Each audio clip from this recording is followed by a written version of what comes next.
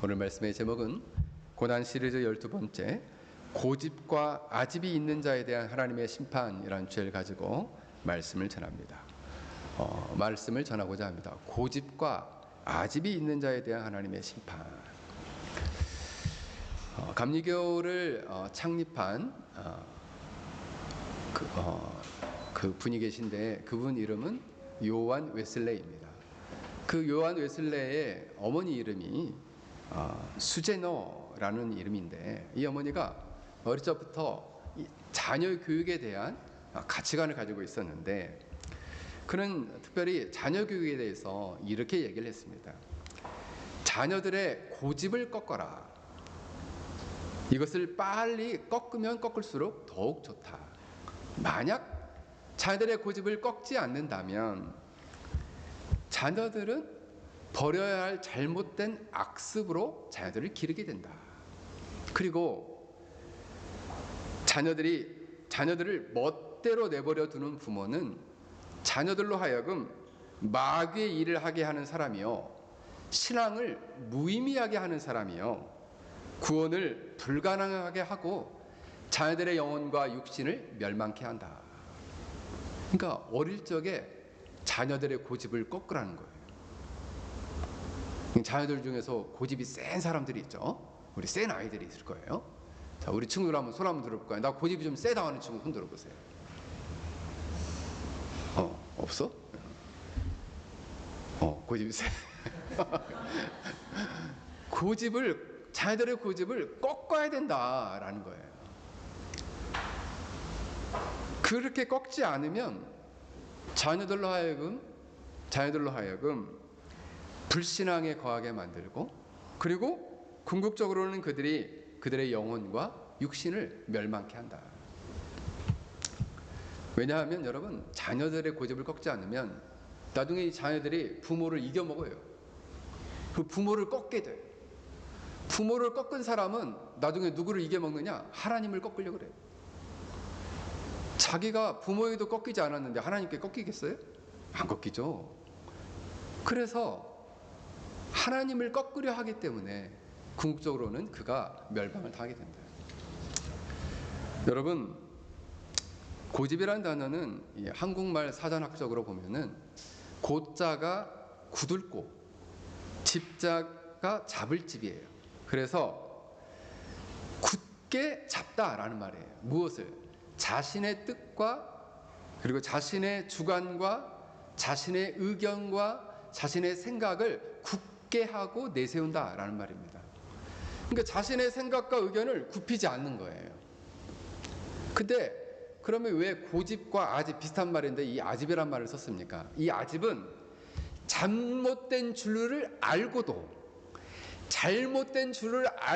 끝까지 주장한다는 거예요. 그게 아집이에요. 이것을 한국말로는 쇠고집이라고 합니다. 쇠고집.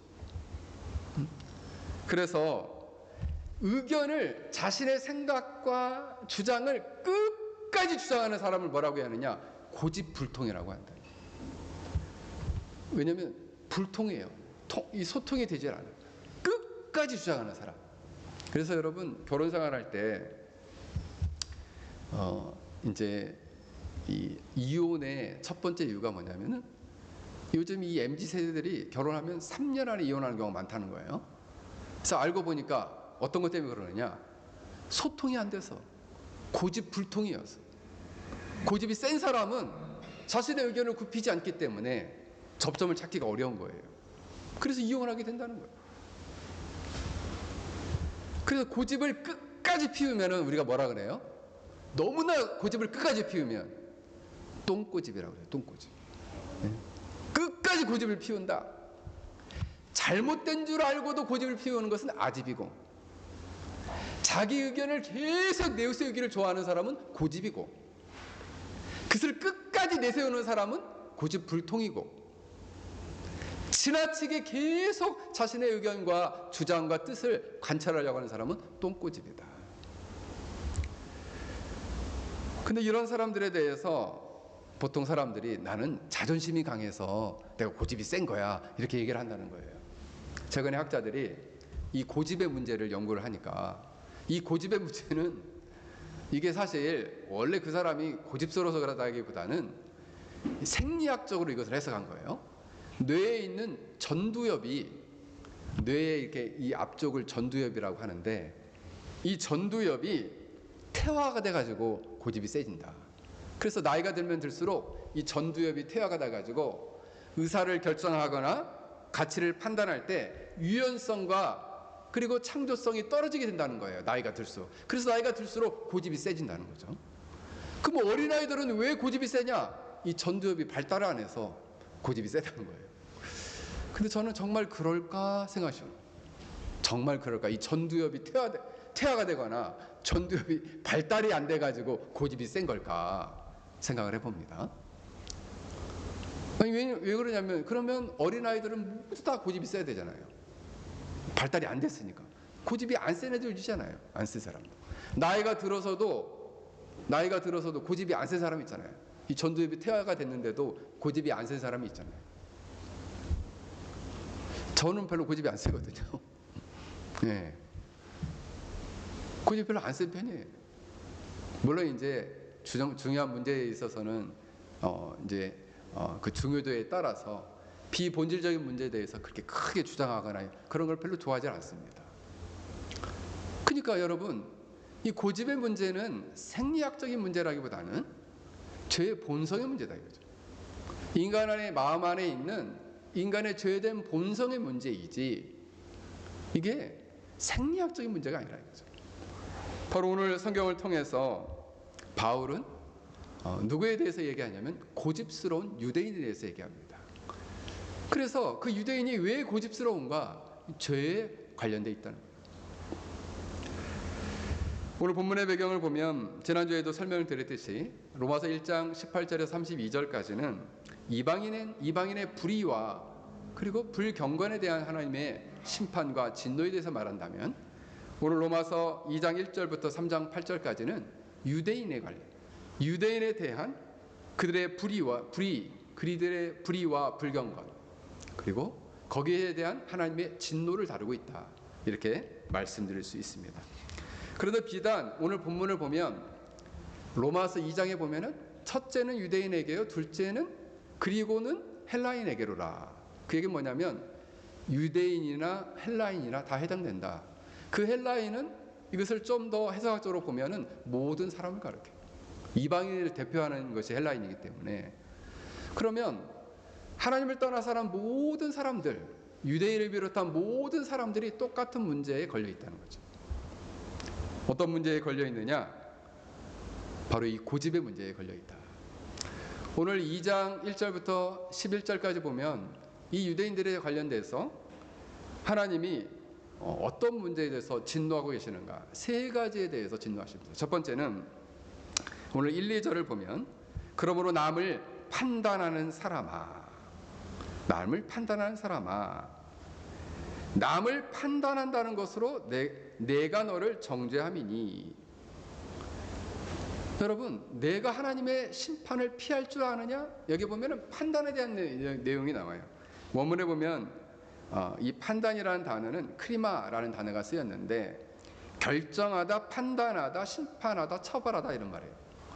누군가에 대해서 판단하고 결정하고 비판하는 사람은 그에 대해서 하나님의 판단과 심판과 결정과 처벌이 있을 것이다 라는 거예요. 여기는 두 가지가 나오죠. 인간의 판단과 하나님의 판단. 근데 인간을 판단하는 사람, 유대인들은 누군가를 판단하고 비판하는 것을 매우 좋아했습니다.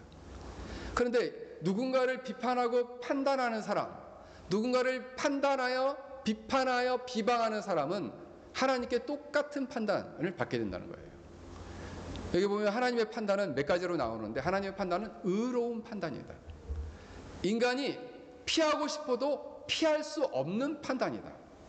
그리고 하나님의 판단은 그 사람의 외모, 그 사람이 가지고 있는 학력, 그 사람이 가지고 있는 재산, 그 사람이 가지고 있는 능력, 그 사람이 가지고 있는 외적인 모습과는 상관없이 그 중심을 보시고 피할 수 없는 정의롭고 의로운 판단을 하나님이 하신다는 거예요. 이스라엘 백성들은 스스로 생각했어요. 유대인들은 우리는 선택된 백성이다. 혈통적으로는 선택된 백성이기 때문에 우리는 다른 사람보다는 조금 더 우월한 그런 의로운 자들이다라고 그들은 생각했다는 거예요. 그러면서 우리는 의롭지만 너희들은 불의하니 우리가 너희를 비판한다, 너희를 판단한다라고 생각했던 것입니다. 그런데 오늘 바울은 너희들이 하나님의 판단을 피할 줄을 생각하느냐? 너희들 하나님의 판단을 피하지 못한다. 이런 사람은 예수님이 이렇게 말씀했죠. 다른 사람의 눈에서는, 다른 사람에게서는, 다른 사람의 눈에는 있는 티끌은 보되 자기 안에 있는 들보라는 것은 이렇게 지붕 전체를 받치는 큰 기둥을 이야기해요. 이렇게 가로로 받치는, 이걸 들보라고 해요. 엄청 큰 통나무 같은 기둥이죠. 자기 안에는 큰 그런 결점과 잘못된 점이 큰 기둥과 같이 있는데 그건 보지 못하고 다른 사람의 작은 티끌과 같은 작은 결점을 보고 그것을 비판한다라고 했다는 거죠. 그래서 예수님께서는 특히 이 유대인을 대표하고 있는 바리새인을 향해서 그들을 아주 책망하시고 그리고 그들을 판단하시면서 그들의 잘못을 지적해 주셨어요. 성경에 보면은 바리새인, 누가복음 18장에 나오는 바리새인이 기도하는 장면이 나오죠. 그리고 누가복음 23장에 보면 십자가 옆에 한 강도가 나와요. 누가복음 18장에 나오는 바리새인과 누가복음 23장에 나오는 강도의 공통점이 있습니다. 그 공통점은 무엇이냐면 누가복음 18장에 나오는 이 바리새인은 성전에 기도하러 왔습니다.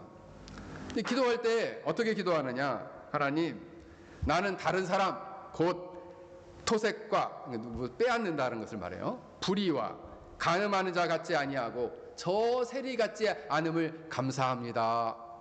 기도할 때 다른 사람을 비판하면서 정작 자신의 죄를 보지 못하고 자신의 죄를 회개할 수 있는 기회를 놓치더라라는 거예요. 다른 사람을 비판하느라고 자신의 죄를 못 보는 거예요. 예수님 옆에 있던 한 강도는 예수님을 향해서 이렇게 말합니다.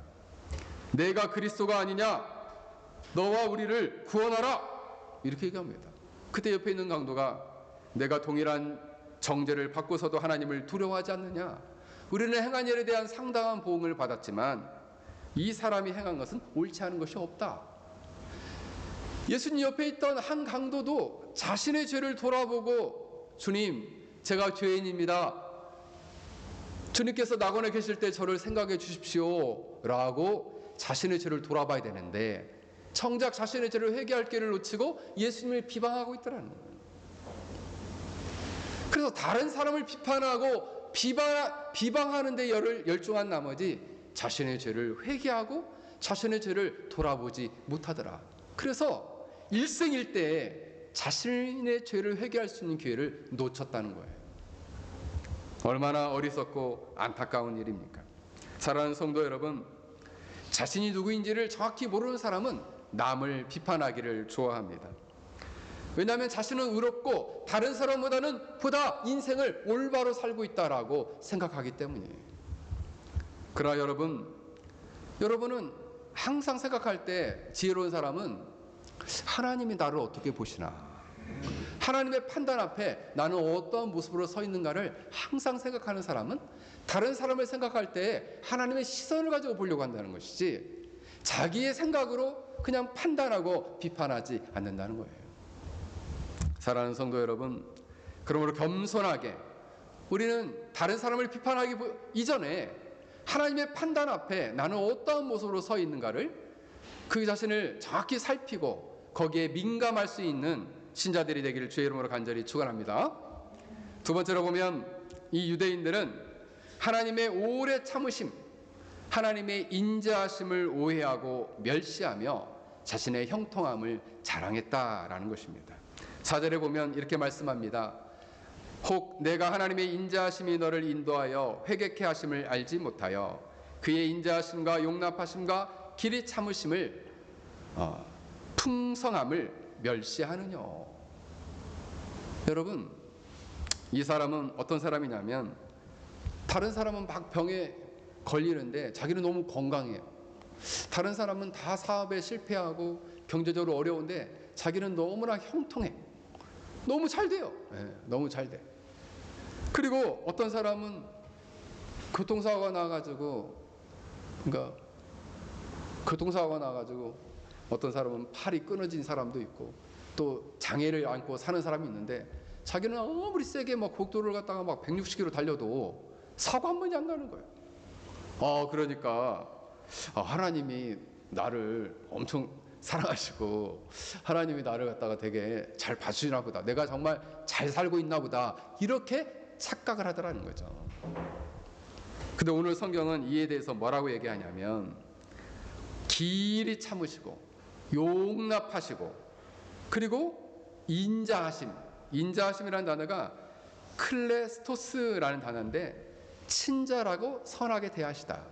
하나님이 나에 대해서 친절하고 선하게 대하시는 것이 내가 참 잘해서 내가 좀 뭔가 좀 특별해서 하나님이 나를 선하고 친절하게 대한다라고 착각한다는 거예요. 근데 오늘 본문을 보니까 뭐라고 얘기하냐면 길이 참으신다. 오래 참으신다요. 왜 오래 참으시느냐? 그 사람으로 하여금 회개케 하도록, 회개케 하기 위하여 오래 참아주시는 거예요. 이것을 이 사람은 뭐라고 착각하느냐? 유대인들은 왜 나를 향해서 하나님 심판하지 않느냐? 내가 좀 선해서, 내가 좀 남보다 좀 잘나서 하나님이 나를 좀 예쁘게 볼 만한 그런 의로운 삶을 살고 있다라고 착각을 한다는 거예요.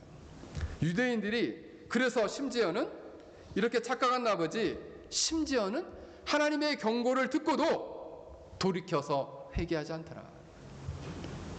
여러분, 잘 될 때 그때 하나님은 나를 어떻게 보고 계신가? 지금 하나님께서 나를 길이 참고 계시는 건가?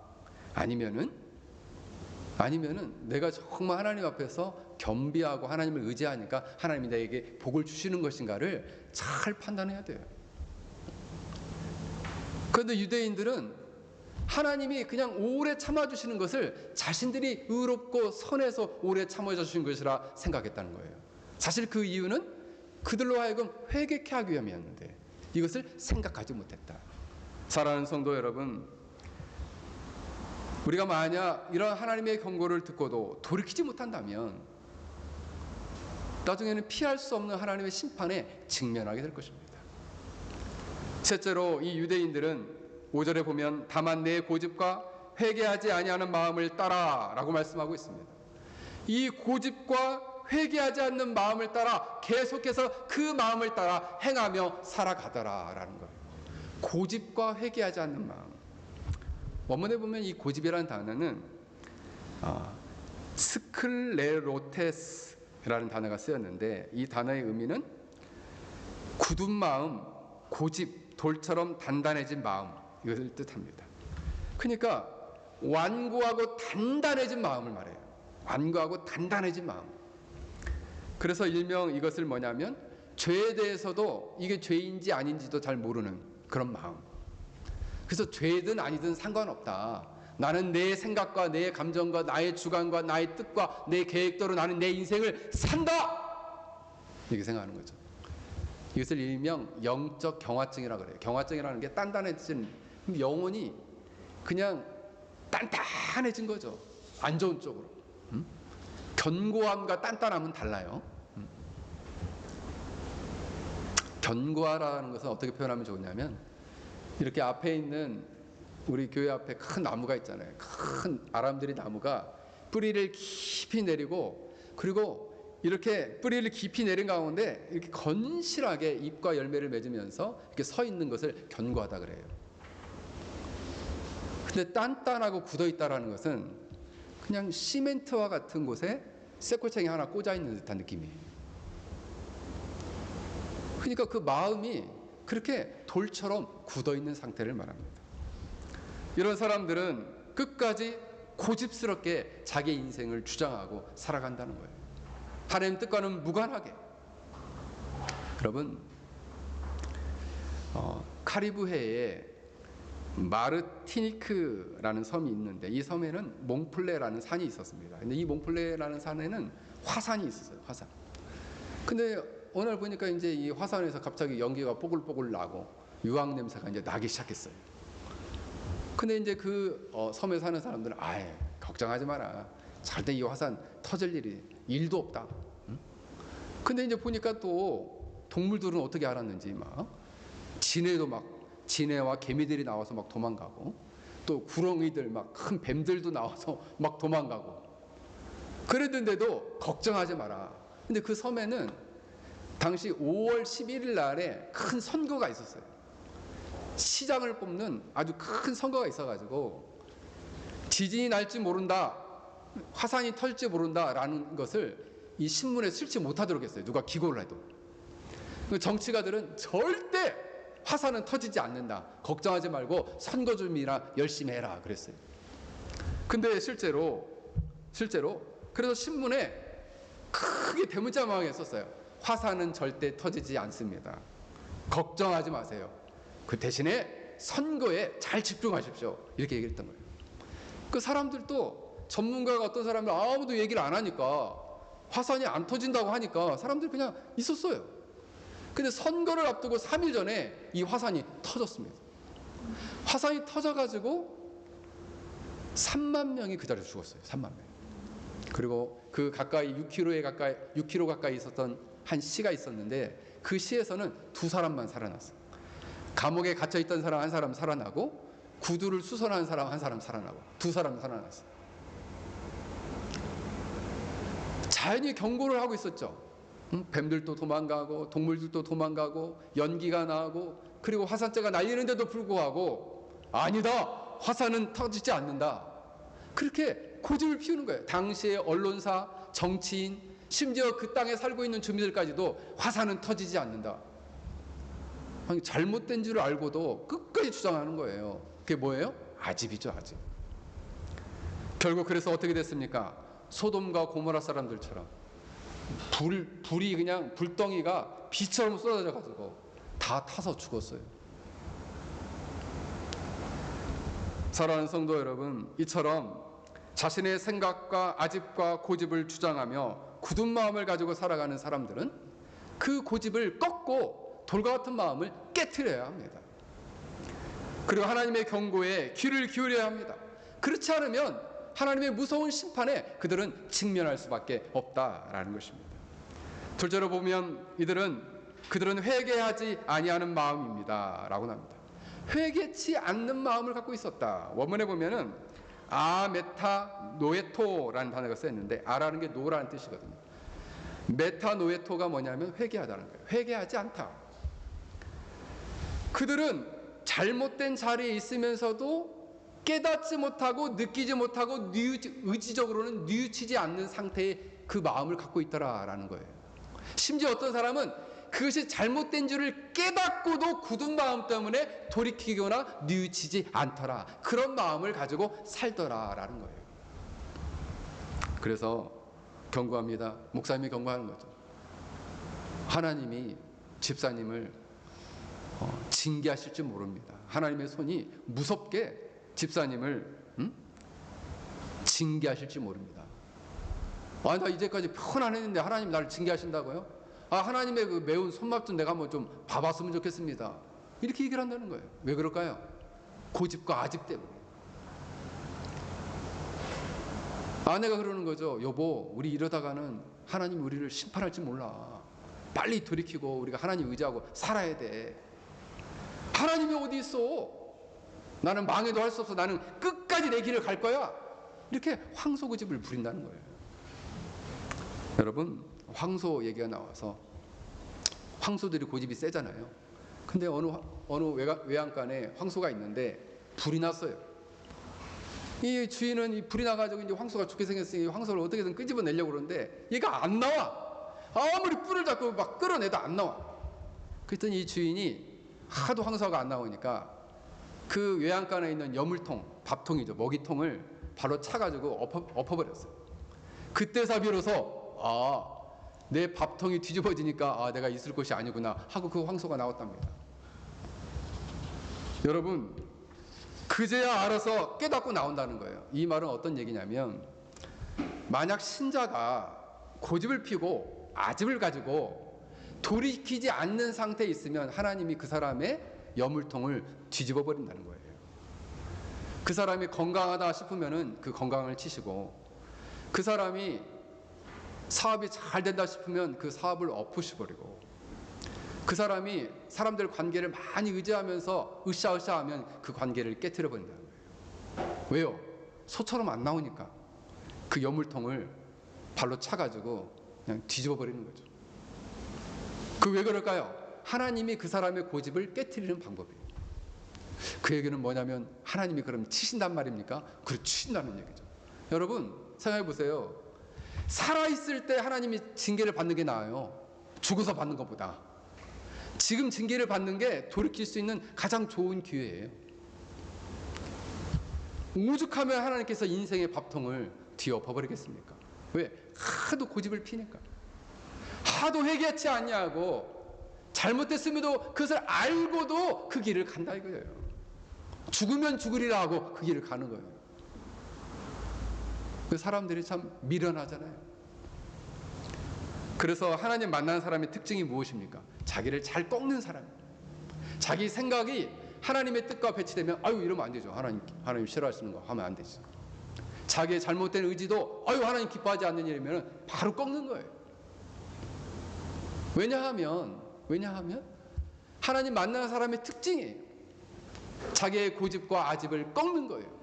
그리고 회개치 아니하는 마음을 돌이켜서 회개하는 것이죠. 하나님 정말 하나님이 기뻐하시는 일을 하고 싶습니다 하고 돌이키는 거예요. 죄를 회개하고 예수님을 구원주여 하나님의 아들로 믿어 하나님이 기뻐하시는 바대로 살고자 행한다라는 것입니다.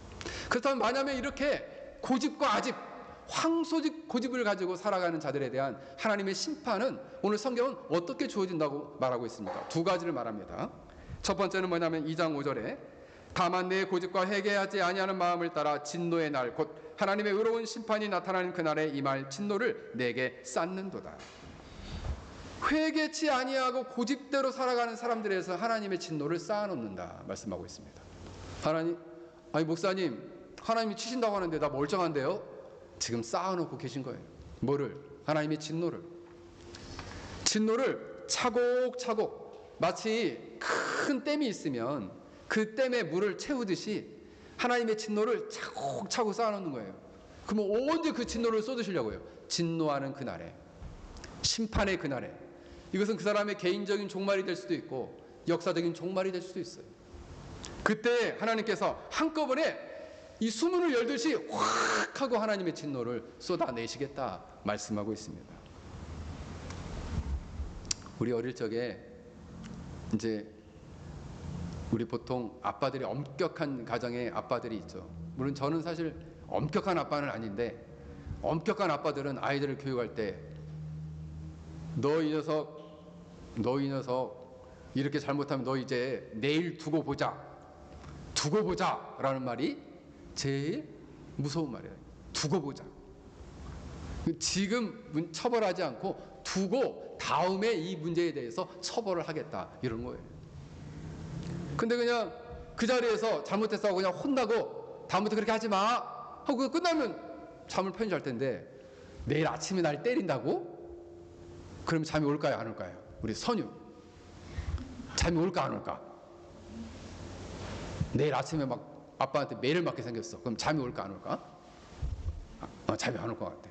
우리 하준이 잠이 안 올 것 같다. 그렇습니다. 고집을 피우고 회개치 아니하는 마음을 따라 진노의 그날에 하나님이 그때까지 진노를 차곡차곡 쌓아 놓으시겠다. 사랑하는 성도 여러분, 현재적으로 여러분 가운데 하나님의 징계와 진노가 없다면 그걸로 안심하면 안 됩니다. 하나님이 지금 현재적으로 진노를 쌓고 계실 줄 몰라요. 그러므로 우리는 하나님 앞에서 우리의 모든 불경건과 불의가 있다면 깊이 회개하고 돌이켜야 되는 이유가 여기에 있습니다.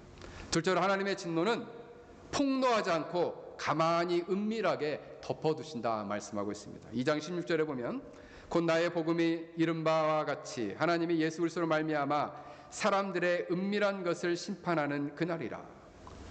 은밀한 것을 가만히 덮어두신다는 거예요. 일정 기간 동안.